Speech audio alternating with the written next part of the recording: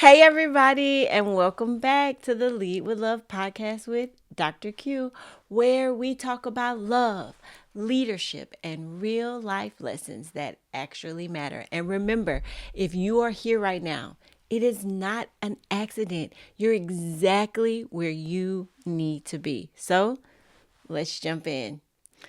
Y'all, welcome to Q2. We made it, and happy Easter Sunday.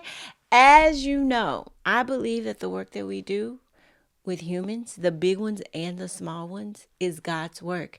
And for me, God is love. And not just because of his kindness and his mercy and his grace, but because of what he did. Because remember, love is an action, the action of dying for us out of love. And I remember as a child growing up in church, my father really taught us that it was less about religion and more about the relationship that we have with God, which is how we are going to kick off Q2. And I want to start this quarter the exact same way that I started my very first principalship, with a confession. I remember when I walked into that building as a brand new principal, I was ready. I had the vision, I had the plan, I had the systems, I had read all of the books and attended all of the trainings, and I knew exactly what kind of leader I was going to be. But what I did not have, and what took me an kind of embarrassingly long time to understand, was the true essence of relationship. I thought that if I would cast my vision out clearly enough, that people were going to follow me. And I thought that if the systems were tight enough and the results would then follow. And I thought if I worked hard enough and cared enough and pushed hard enough, that would be enough. But it wasn't. Because here's what I had a little backwards. Here's what I had twisted. I was trying to get results so that I could then invest in relationships. But the truth is, and the research backs this up, lived experience, truth, my lived experience is that it works the other way around. You first build the relationship, and then the results will follow. And in education, we say it all the time. Students don't care how much you know until they know how much you care. You've heard it over and over again. And I'm here to tell you that is just as true in your office, in your boardroom, in your nonprofit, with your corporate teams, and your household. People do not follow leaders that they don't trust. And they don't trust leaders, guess what? That they don't know. That requires relationship. So, welcome officially to Q2 and our season of humanity and empowerment. And so, for the next 4 weeks or so, we're going to go deep into the you in just care. Undo your tie. I should have wore a tie today. And we're going to start with the foundation of everything. The foundation of everything is relationships before results.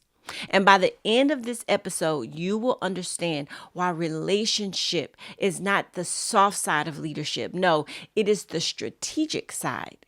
You will learn what relationship first leadership actually looks like in practice.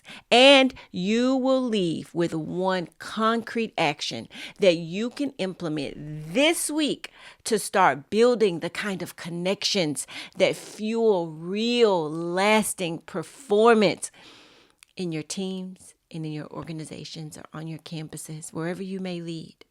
So, of course, let me give you a little bit of research, right? Because I know that some of you are going to need some data before you really give yourself permission to slow down and connect with humans. Research on trust and team performance, including the work of Patrick Lencioni. Oh, love his work. They consistently show that trust is the foundation of every functioning team. It's the 5 dysfunctions of a team. You got to read that book. Not talent, not resources, but trust. And trust is not built in meetings. It is not built through email chains or performance evaluations. No, trust is built in the small, consistent human moments where one person says to another, I see you, I value you, and guess what? You matter here. Brad Johnson, I know y'all have seen him on Twitter. He's an educator, and I deeply respect the work that he does. He puts it this way: the relationships that we cultivate with our teams inspire them to listen to our wisdom, consider our suggestions, and follow our direction. In other words, relationship is not separate from results. Relationship is actually the pathway to results. And here is what I know to be true from coaching hundreds of leaders across education, corporate, and nonprofit spaces. This is what I know: that the leaders whose teams have consistently outperformed, who have strong retention, who build culture that people actually want to be a part of, yeah, it's those leaders. Those leaders did not get there by being the hardest driver in the room. No, no, they got there by being the most trusted person in the room. And here's what I'm going to tell you, and this is not going to feel good. You cannot lead people you don't know, and you cannot know people that you have not taken the time to be in relationship with. If your team sees you as a title before they see you as a human being, you are leaving performance and people on the table. Now, that's a hard truth, but I want that to sink in with you all for just a little bit. Yeah. So what does this actually look like in practice? I'm glad you asked, because I know build relationships, it sounds a little vague, but I want to make it very concrete for you. And that is what I do in the book. I try to give you practical, concrete examples. It starts with daily touch points. It's my favorite thing to do. When I was a principal, every single morning, me and my administrative team, we would divide our staff list and we visited every single classroom and every single office space just to say hi, ask people how they're doing, and offer whatever support that they need. That was it. No agenda, no evaluations, just presence. And what those touch points did over time was extraordinary. Staff started to come to us with problems before they became crisis. Teachers started sharing ideas that they had been holding on to for years. People started showing up differently because they knew they would be seen that day. Visibility. Visibility communicates value. I'm going to say it again. Visibility communicates value. And when you are consistently present in spaces where your people work, not to supervise, not to evaluate, but simply to connect. Whew. Listen, you are sending a powerful message that says, you matter enough for me to just show up in your world and not just summon you into my world. And it also means knowing your people beyond their job description. Who is caring for an aging parent? Who is going through a divorce? And I wish somebody had checked on me. Who is carrying anxiety that they haven't told anybody about? Who just had a baby?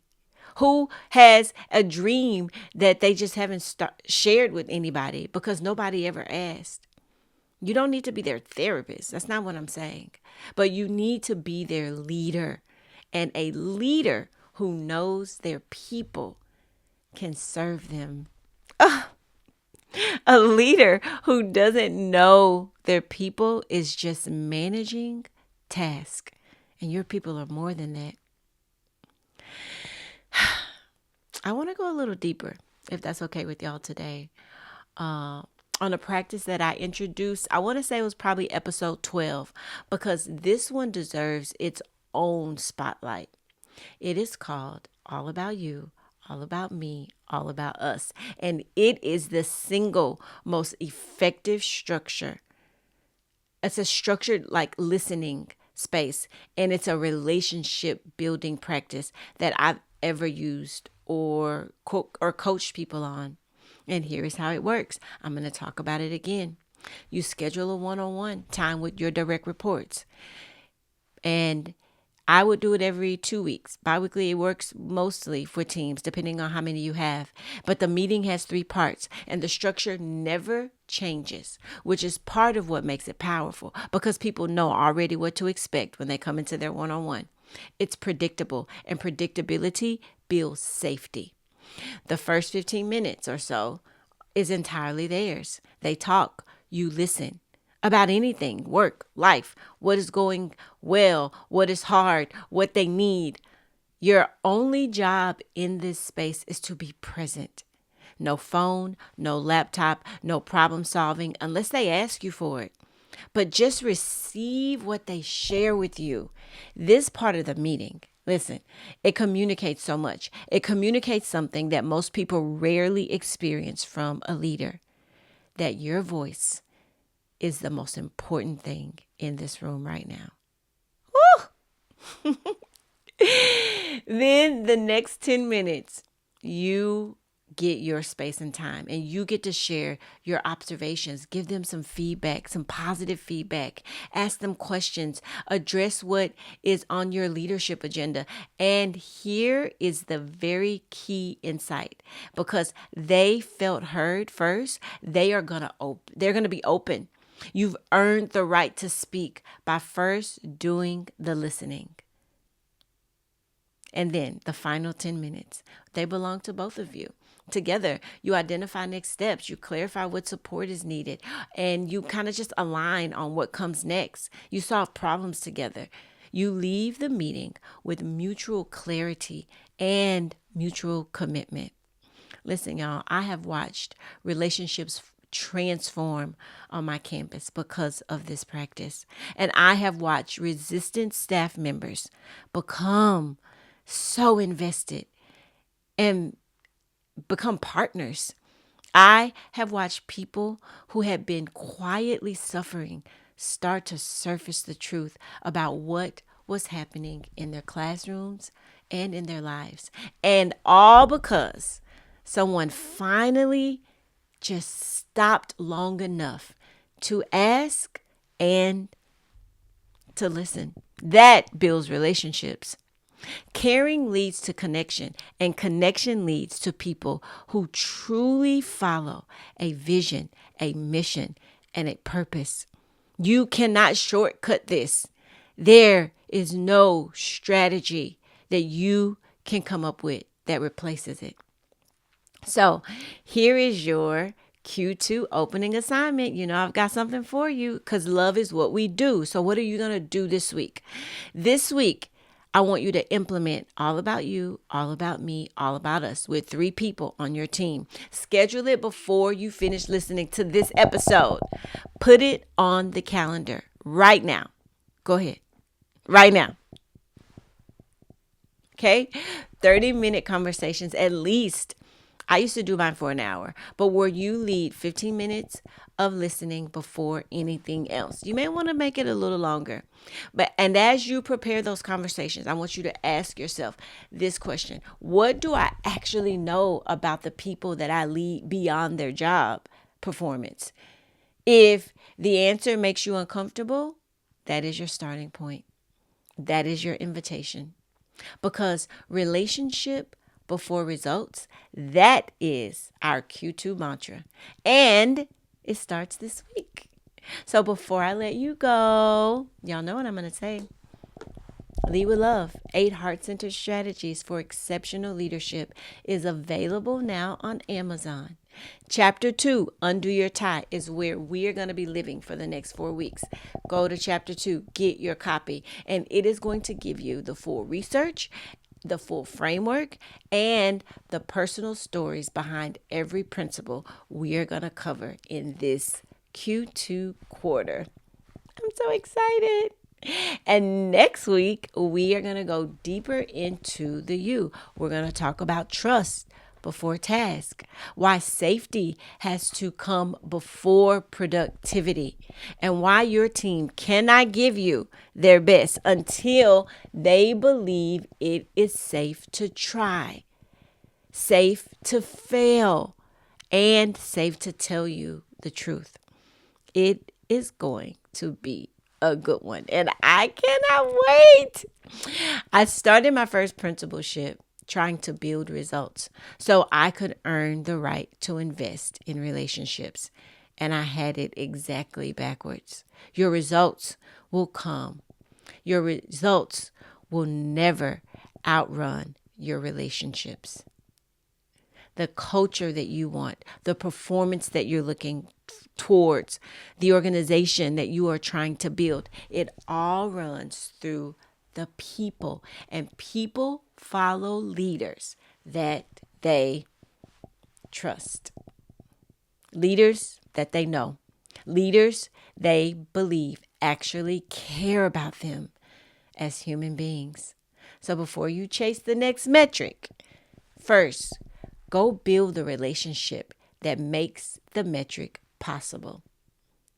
All right, y'all. I am so excited for Q2, and I am excited for what you are going to do in Q2 out of love. So thank you for joining me on the Lead with Love podcast. If today's message spoke to you, you know what you need to do. Share it, y'all, with a leader who may be working so hard for the results, but they've forgotten about the people producing them. Don't forget, subscribe so that you don't miss episode 15 next week. Trust before task. And remember, leading with love isn't a one-time decision. It's a daily choice. So until next time, be well and lead with love.